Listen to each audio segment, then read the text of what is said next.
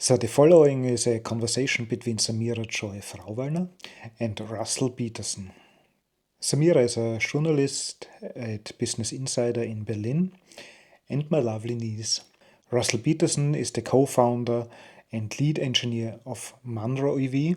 Munro develops and produces heavy-duty off-road cars and vehicles.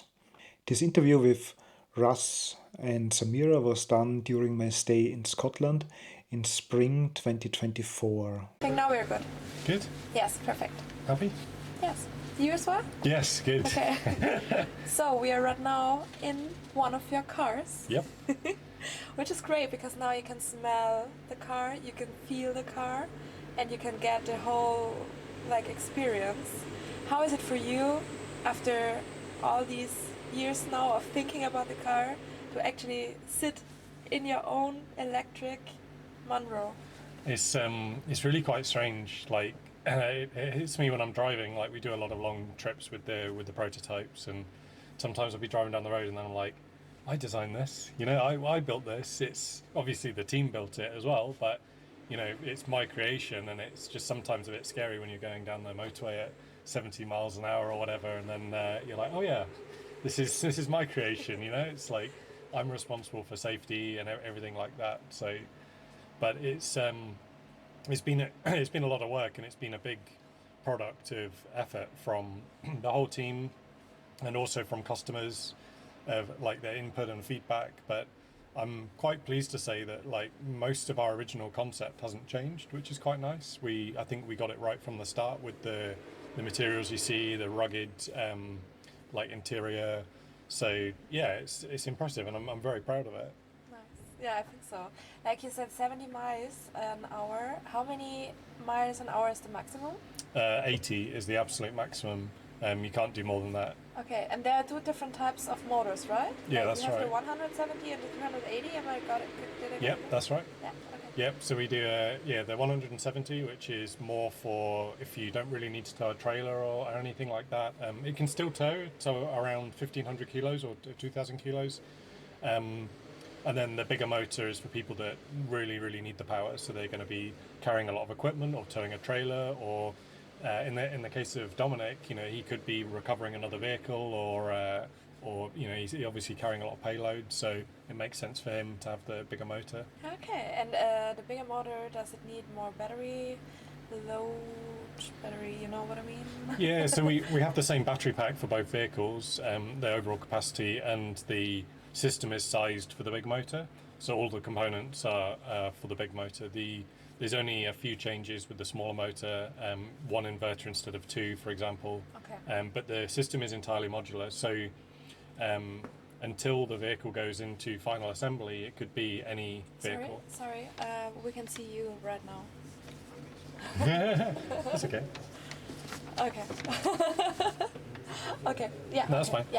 fine. Yeah. So what were we talking about? The 180 and 270. Yes. 170 and 280. So there's very little that changes between all of the vehicles, and actually until the vehicle's in final assembly, it could be nearly any vehicle. The small motor, big motor, pickup truck, hardtop. It's very, very modular and very agnostic, which is really helpful for us from a production point of view, because we don't have to build highly specific vehicles right from the start. We can build 5 or 6 body shells, 5 or 6 transmission kits, and then they get customized when they get further down the line. And how are you testing these? How are you testing that everything is working? Do you test it on your own, or do you get external experts as well? We have a real mix. So ultimately, the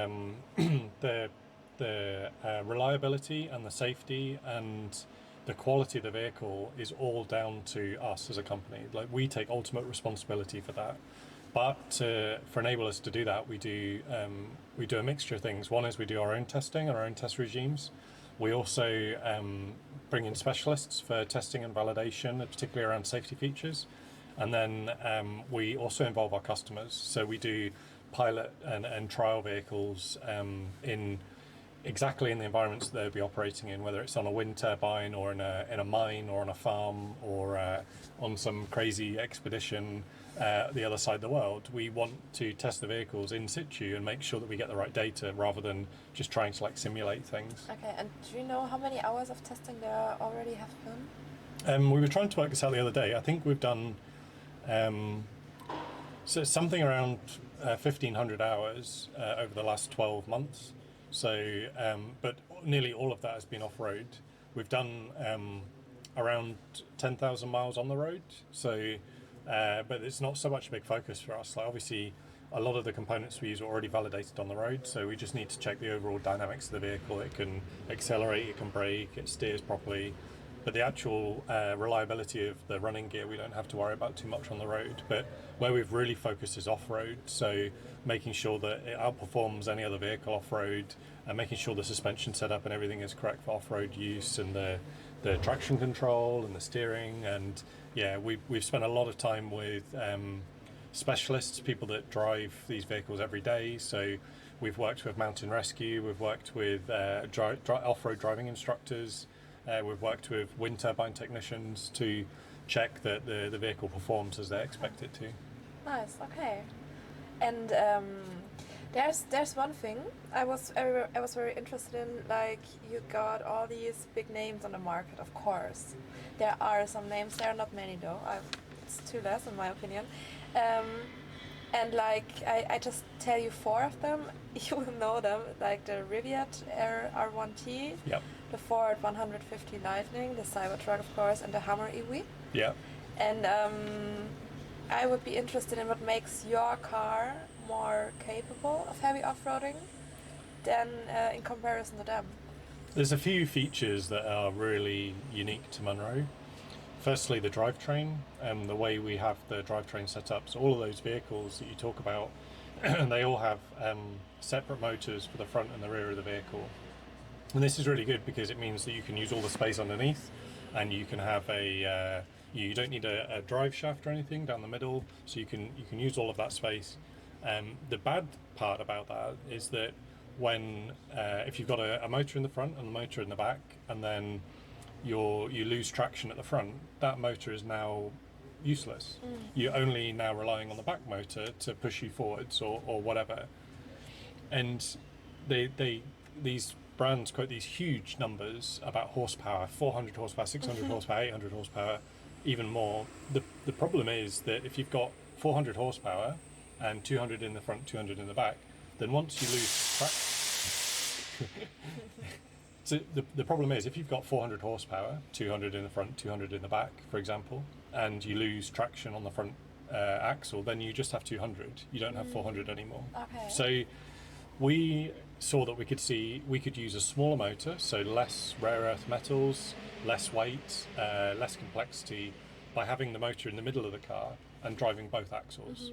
And that creates a really big performance boost over those vehicles when it comes to off-road and low traction environments. And there's a few videos now surfacing of like the Cybertruck and off-road use, and it's just like spinning its wheels, and it's got the power and it wants to go, but it doesn't have the traction, and the traction is way more important than the power. So that from an off-road point of view, that's one of the ways we excel. The other really critical thing for us is the ruggedness of the vehicle, and that's what we're seeing on some vehicles like the Rivian, for example, is that on the production vehicle, people are taking them to the limits, and unfortunately some critical components in for example the suspension are failing because they are not designed for performance use. They're designed for 95% being on the road, because that's how most people will drive them. So the strength just isn't there when you want to go off-road and do some tricky things. You need really, really strong components. And you speak to anybody who has done racing or rallying, or I have a lot of friends that do Land Rover off-road racing, and they tell you that a lot of the parts that come as standard you have to throw away and put performance parts on it.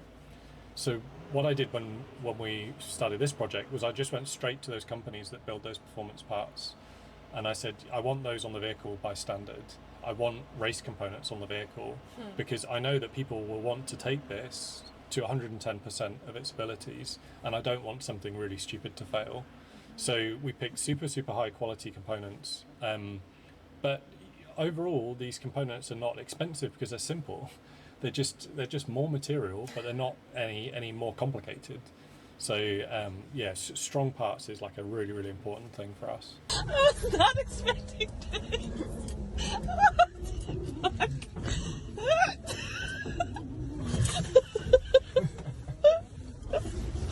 Okay, now I understand your dreams.